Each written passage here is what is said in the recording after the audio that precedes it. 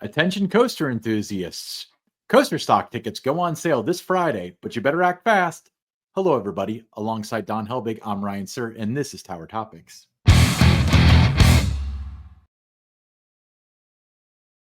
Tower Topics is a podcast by Kings Island fans for Kings Island fans, because that's who we are, and that's who we care about. Let's start this off by giving a shout out to our Prestige members: Aaron Bort, 330T, Logan Lipper, Brian Hauser, Lil Mac 21, Miss Mandy 1983, Jacob Fix, Stephen Hornack, Eric Grau, Damon Barnes, and Ian Crawford. Thank you guys so much for supporting Tower Topics at the highest level. That's the Prestige level. If you want to be involved in Tower Topics, there's a link in the description. Members get early access to the videos, exclusive content, exclusive live streams, and some tiers even get some free stuff. So hop on board if you want to be involved. So Coasterstock tickets going on sale this Friday, 10 a.m. Eastern Time, exclusively online at visitkingsisland.com. And this has always been a hot ticket since the event was created in 2015, an event just for coaster enthusiasts. And it will take place this year on May 30th and 31st. So that's a change from when it historically has been held. Normally it was the weekend before Memorial Day, now the weekend after. But it features exclusive ride time on popular attractions. That's both morning and night. You get those behind the scene tours. You don't want to miss a Beast tour. I mean, those are always fantastic. You get to hear from several guest speakers. There's contests, catered meals. You get unlimited fun picks. I always thought that was one of the underrated aspects of what you get with the package was the fun picks. But you can get some great photos with your friends riding the different coasters that have fun picks, limited soft drinks, and just a lot of fun with your fellow coaster enthusiast. Yeah, I actually, until we did the previous episode on when they released the information on Coasterstock, I didn't know that Fun Picks was part of the deal. So that is really neat. But yeah, tickets go on sale Friday, February 28th, 2025 at 10 a.m. at visitkingsisland.com. They've released the pricing for season pass holders. Tickets are $72 per ticket. For non-pass holders, tickets are $117 per ticket. So that is a price increase of $6 for pass holders and $7 for non-pass holders. Yeah, that's the most aggressive price increase in the history of the event. Normally it would go up $1, maybe $2, but $6 and $7 depending on what ticket you're going to purchase. So one thing that I thought was interesting, and you and I were discussing this immediately when they dropped this, the blog with the information, but no mention of T-shirts. So we don't know if the T-shirts are available or if you get a T-shirt with the ticket this year. No, but it's always included in an event T-shirt. It was always included in the information of what you get before tickets went on sale. That it includes this, and an event T-shirt. Always a big deal for the participants to get their shirt. Those cost, always built into the price of buying a ticket. If they're not going to be giving a T-shirt, they should say that. But if they're still giving away a T-shirt to everyone, I think on the information on their website right now, that's a huge omission. Because if someone's buying tickets for other people, you have to know their T-shirt size when you're making that purchase. So if you've got 4 people that you're buying tickets for, they're not all maybe in your immediate family, and you're going through the process, and then it brings up that screen about what size T-shirts do you need, and you have to think about it, and then you might have to maybe text a friend or whatever. By the time you do all that together, the T-shirt size, your ticket's gone out of the queue if it sells as fast as it has in recent years. Yeah. So I think that's a big omission not to have that information on there, that you get an event T-shirt, because if you do, you're going to want to need to know your T-shirt size in advance. And that was something I always put in to the information, was before you buy your ticket, make sure you know what T-shirt sizes you're going to need with how many tickets that you purchase. I also put the cap of how many tickets you could purchase up to in that information. So those kind of things are missing a little bit this year, but I would say if you are listening to this episode, you plan to buy multiple tickets for some friends and that, get their t-shirt sizes just in case that is in there, even though they didn't mention it, just so you're prepared, because there's no spare time available that you can waste. Once you're in the queue, I mean, you got to be ready to go. Speaking of spare time or saving time, we also do not have any information on whether or not they will be shipping packets out this year. In previous years, you had the option where you had the option, right? You can pick it up there, or you The can have it. first couple of years you did, and then in the last like 2 or 3 years, it was just automatically shipped to you. Yeah, so that was a little bit more. I know that sometimes, the check-in lines can get really long, but there's no indication as to whether or not that will be offered this year. Hopefully it Yeah. is, though, and it's just Yeah. So not we in. eliminated the check-in line by mailing the materials to everybody. The only ones that didn't get it mailed to them were Canadian residents, so they would pick it up at the park. That usually wasn't difficult to arrange, and just have a spot for them to meet us in the morning. But everybody would show up wearing the shirts. They're ready to go. If you have to pick them up at a window, then you got to go in the bathroom and change into the shirt. Then you got to go back out to your car and take back your other shirt. It just kind of created a little bit of a hassle before the gates opened. So it just made a better start to the event when you already had everything that you needed in advance of the event. But I'm the one that sent the shirts out for the most part. I didn't have a lot of help with that, especially the last year of Coasterstock. I was the one putting all the packages together and that. So who's going to do that? I don't know. It's a lot of work to send out that many packages and get them all out the door in time for everybody to get the shirts before the event starts. But we don't know if they're, like I said, if they're doing t-shirts, they're not doing t-shirts. You're getting a lanyard, you're not getting a lanyard. You're getting a wristband, you're not getting a wrist. We don't know what else comes with this, because there's very little details outside of the basics. But what we do know is that every participant must have a Coasterstock ticket, and must be an active member of one of the eligible coaster clubs. And you have to have the membership card to present upon event entry. The eligible clubs are the American Coaster Enthusiasts, Coaster Crew Platinum, European Coaster Club, Florida Coaster Club, Great Ohio Coaster Club, the Melanin Coaster Network, who's a newcomer this year, Roller Coaster Club of Great Britain, and the Western New York Coaster Club. So Tower Topics did not make the list again, Don. Now, I added the Western New York Club in 2023 and had several members of that club attend. A great group of people. It's good to mix it up a little bit sometimes and add some new clubs to the list. There was a time when, like Theme Park Review, when they were doing their trips and that they were part of this. There's a couple other ones too that have come and gone since then, in part because they didn't purchase any tickets. They kept asking if they could be part of it, but nobody from the club bought the tickets to this event. Maybe they tried and couldn't get in because of how fast they sold. But throughout the history of the event, again, dates back to 2015. So every year but two since then, they've had Coasterstock. Didn't do it in 2020 because of COVID. Didn't do it last year because the ACE Spring Conference took that weekend. But you have roller coaster enthusiasts that have attended from all 50 U.S. states, Canada, Germany, Great Britain, and Switzerland. So they've all descended upon Kings Island for Coasterstock since the event premiered in 2015. Yeah, just remember, as we've stated several times, space is limited, so make sure you get right on that when the tickets go on sale. It sold out in under 8 minutes in 2023, and in recent years, going back to 2018, it never took longer than 15 minutes to sell out. Don, I went to the first year of Coasterstock. I don't remember having that stress, but maybe I just bought them right when they came out, and I didn't know what I was getting into. There wasn't any stress at the beginning because you're right, nobody knew what it was going to be. The capacity never changed. It was always that same, kind of number.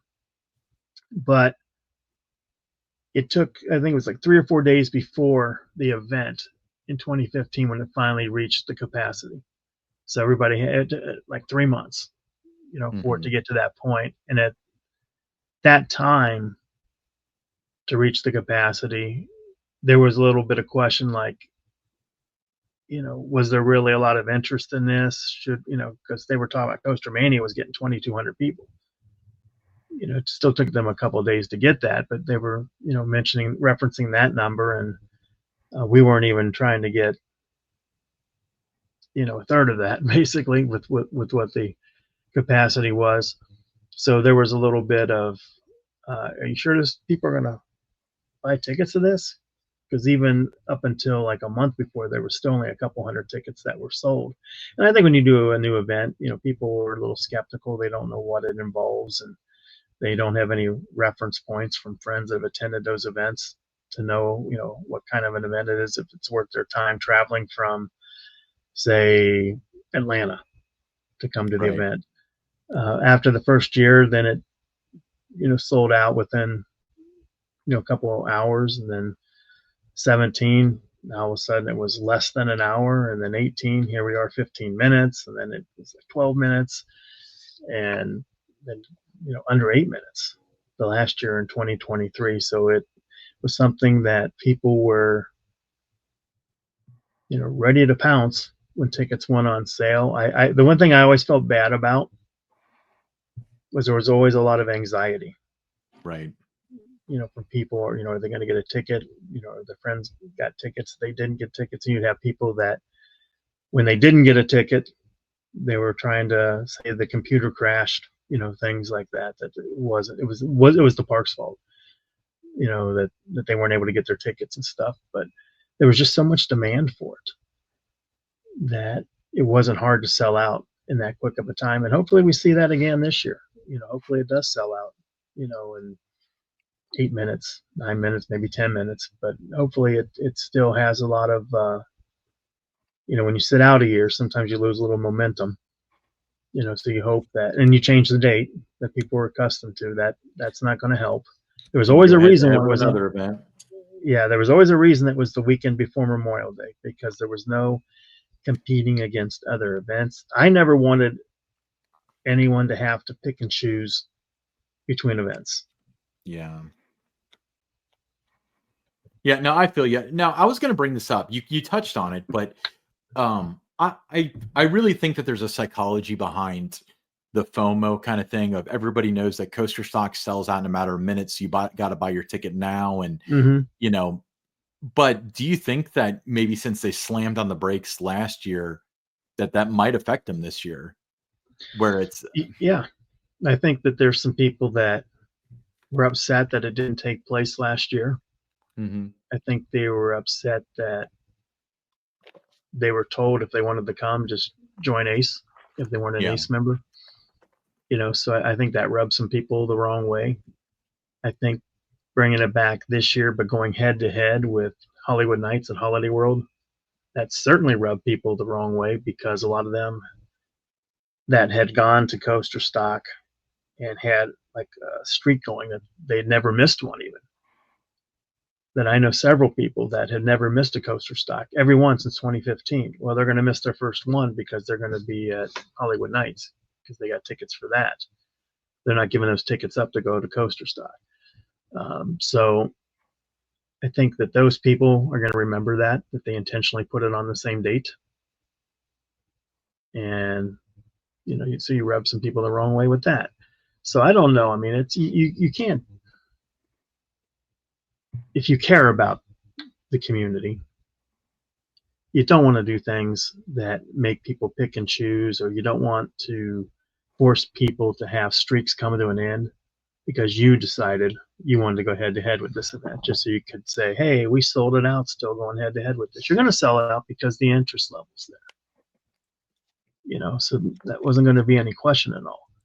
So I don't know. It just never made sense to me why they went away from trying to, do it the same weekend that they always did. And, here we are. We'll see what happens.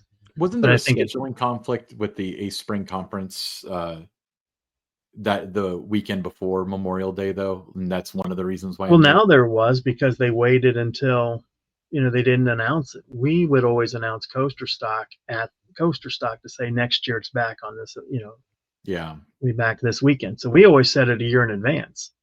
And Ace knew that, so they would try to work around that, and they would do it like the weekend before. Yeah, they'd have it on their calendar already. Yeah. Yeah. So we would already have ours out there. But when there's no word about Coasterstock, as you get into November, late October, November, I mean, Ace is going to grab it. Yeah. And it's going to be a great, event for the spring conference. And that's another thing too, is you can't go to, you got the spring conference, Kings Dominion Busch Gardens. Then in a couple of weeks you have Coasterstock. And then in a couple of weeks you have Cedar Point's Coaster Mania. I mean, there's only so many of these events. Then you got the Ace National Summer Convention. There's only so many of these that you can do in a year, and something has to give. Yeah. And sometimes, comes down to maybe they don't do Cedar Point because they had everything was too crowded together like that. Maybe they don't do Coasterstock. I don't know. But I always tried to make sure that there was enough distance, because there was never going to be any real coaster events going on Memorial Day weekend that was going to compete for people's time. So you did that, and you had enough of a gap there. So the coaster enthusiasts could do Coasterstock. Before Coasterstock, they could do the Ace Spring Conference, wherever that would be held. Then you would have Memorial Day weekend. Then you would have Hollywood Nights, Coaster Mania. So it gave people the opportunity to be able to do, whichever ones they wanted without really having to choose. And then, like I said, I feel bad for the people that their streaks are coming to an end. Right. That they're not going to be able to, attend Coasterstock this year because they're going to be elsewhere. Well, hopefully it's a good event. Hopefully the legacy. It'll be a good event. No, it'll be a good event. They're going to have really good food. They're going to have great night rides. They're going to have, those tours are impressive. Especially if you've never done one. Right. I love the Beast tours. The camaraderie is really good. So there's nothing that would say it's not going to be good. No, that's not what I'm saying. I mean, hopefully, it goes off without a hitch. Nobody's particularly upset. Unfortunately, in life, sometimes you do have to make choices, and it's a very first world problem to have to choose between Holiday World and Kings Island. But with that being said, let's move on to a segment I like to call Buy or Sell. Buy or sell. So buy or sell. Shake, Rattle, and Roll at 50. Whitewater Canyon at 40. Both celebrate milestone anniversaries this year. We'll get nothing more than a mention on Kings Island's blog and an emoji-filled social media post to celebrate. Buy or sell? I'm going to sell, because I know that it'll get more than that in terms of coverage stuff, because I'm definitely, have something up on my blog about it. We know our friend from the Dayton Daily News, he's certainly going to touch on those anniversaries. I think in park, and what Kings Island does, I think that, well, I mean, we'll say what the park's going to do in terms of buy or sell. Right. I'll buy that that's what they're going to get. Okay. So you're buying that it's going to be a blog. It's going to be a little blog mention. Yeah, blog mention, social media post. I'm going to sell. I think it'll be a blog, an emoji-filled social media post, and Worlds of Fun responding. Congrats, bestie. Moving on. All right, let's move on to Six Flags headline news.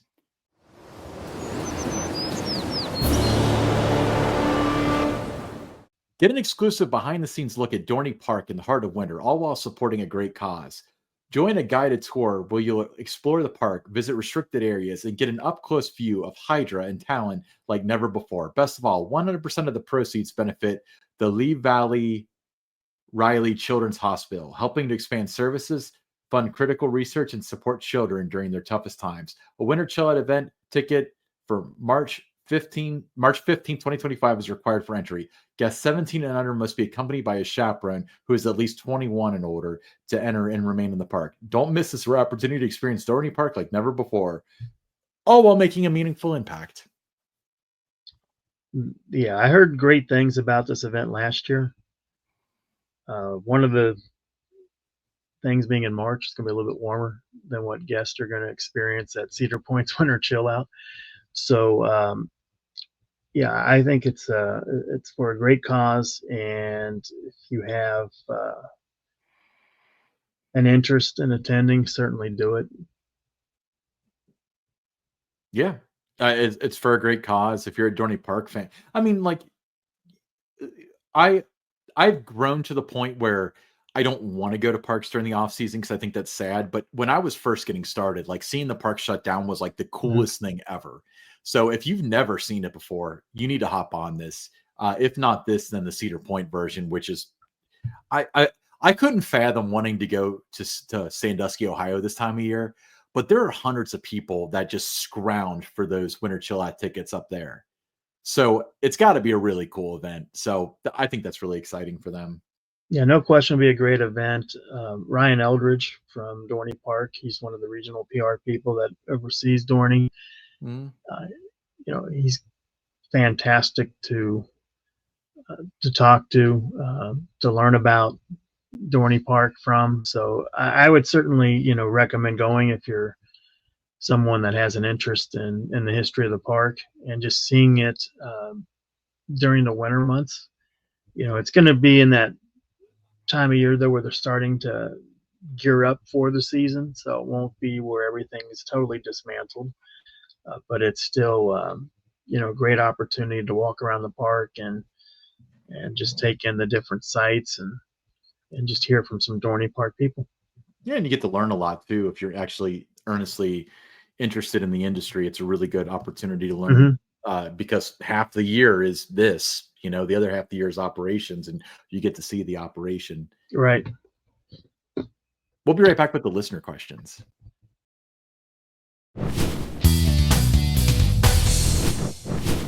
All right, first listener question, Jennifer from Cincinnati, Ohio.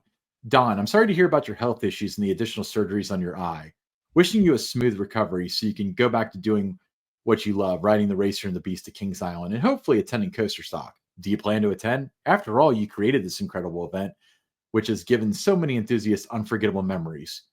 You should be there. I'm not sure if she wrote it in that tone. Uh, no, I will not be at Coasterstock. I am among those that will be attending Hollywood Nights if I'm cleared to attend the event. At this time, following my eye surgery, there's a certain window that's the recovery period, Hmm. and I can't do anything that would be considered turbulent, like a roller coaster ride during that recovery period.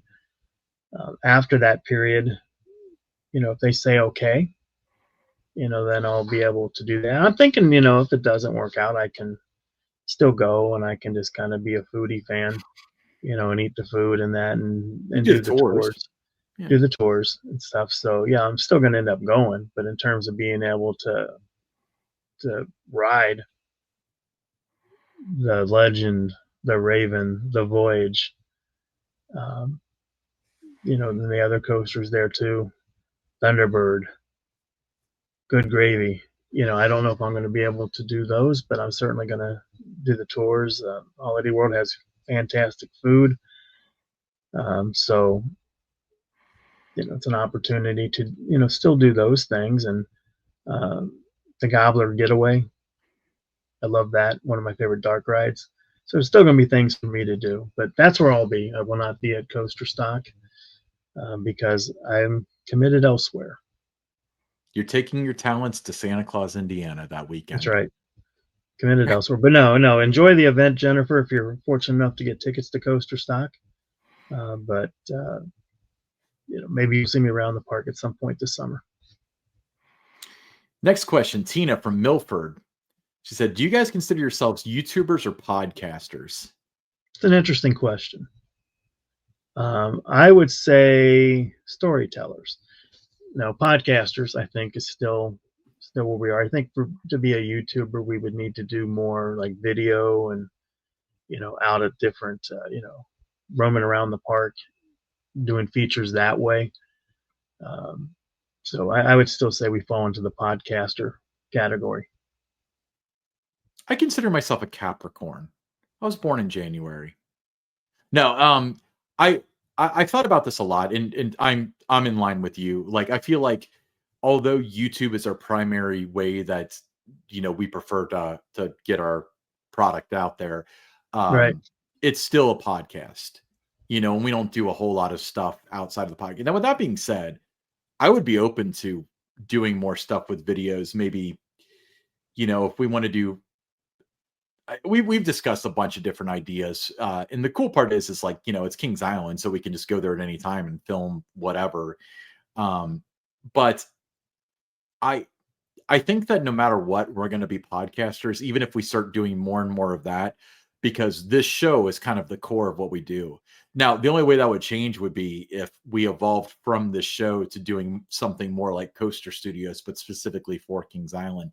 But I don't think that that's our goal. Like, I don't No, think that's the direction that we need or that's why I want use to the go. word storytellers. I think we tell the stories, we tell the news more so than do like features on something like Coaster Studios does. Now I can see, like you said, we can see it evolving a little bit to where we do go to Kings Island carousel. Turns 100 next year. Where we're doing a feature on the carousel, or this year with Shake, Rattle, and Roll turning 50. We do something on that. So I can see it becoming a little bit of that, but to me, of the two, the word I would lean toward is podcasters. Yeah, podcaster sounds like we're like somebody at the park's like, I would have gotten away with it if it weren't for you two snooping podcasters. Like YouTubers doesn't hold the same weight. That Plus, has been said. Yeah, that I oh, have I'm heard that. sure it has been said, but No, they would have got away with it. We would have got away with it if not for those meddling podcasters. that's funny. All right, next question, Jeff from Chicago, Illinois. When will a Kings Island roller coaster be given a name nobody can pronounce, like Wrath of Rashaka or however you pronounce it, at Six Flags Great America? I'm not even going to take a shot at pronouncing that correctly. Hopefully, never. I hope never too, but I've got a feeling that they will. Like, I feel like there's a reason why they give them these dumb names, and like somebody thinks it's a good idea, and that person's going to infiltrate Kings Island eventually. Like I said, I hope not. Cedar Point has a little bit of that. Rougarou was a name that when it first came out, people That's were a like, stupid name. "What is that?" But yeah, some of these other ones that are at some of the Six Flags parks, it's a little hard to pronounce them, and I hope that's not the case. It's always something. Sometimes simpler is better. Just give it names like the Vortex, the Beast, the Racer. Stay with your roots for Kings Island. Yeah, and I feel like even like Siren's Curse, you can kind of like in picture what that's supposed to mean. Yeah, They've you got can some sort picture of what it Lake means and you can Erie, pronounce it. right? But they've got some sort of lore behind like Lake Erie and stuff. That's fine. But I feel like if it's like in the Wrath of Rakshasha or whatever it is, like if you need to explain the lore to me, it's like having to explain the punchline to a joke. Like you've lost all meaning at that point. I mean, just call it the Grizzly or something. I don't know. I mean, I'm Yeah, not against. I mean, like I thought Mystic Timbers was a very unconventional name when I first heard that, but it grew on me, and now it doesn't sound stupid. I thought And it then was dumb when it was first presented to us. I was like, Mystic Timbers.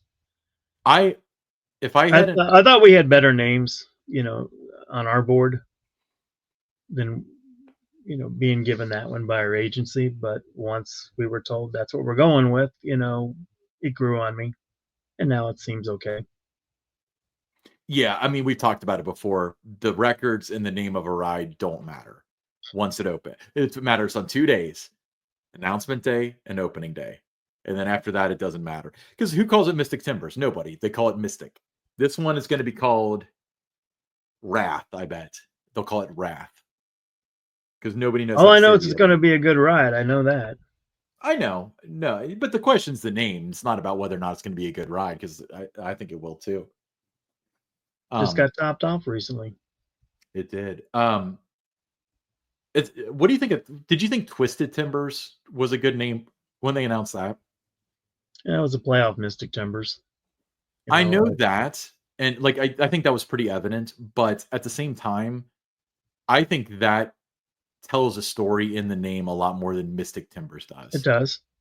But Mystic It does. Timbers, in its defense, like it tells a story enough, and then you get there and you understand the logging lore and stuff. So I think it works, and that's why the name isn't stupid. But Twisted Timbers is like, oh, it's a wood coaster that goes upside down. Like you can Hmm. derive that pretty easily.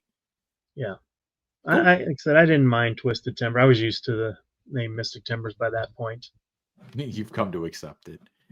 All Well, I right. had accepted it like within, before it even opened, it grew on me by that point in time. Once I saw the logo and the backstory started coming together, then it was like, okay, that can work. Yeah. Well, great question, Jeff. Hey, everybody. I'm Ryan Sir, along with Don Helbig, and this is Tower Topics.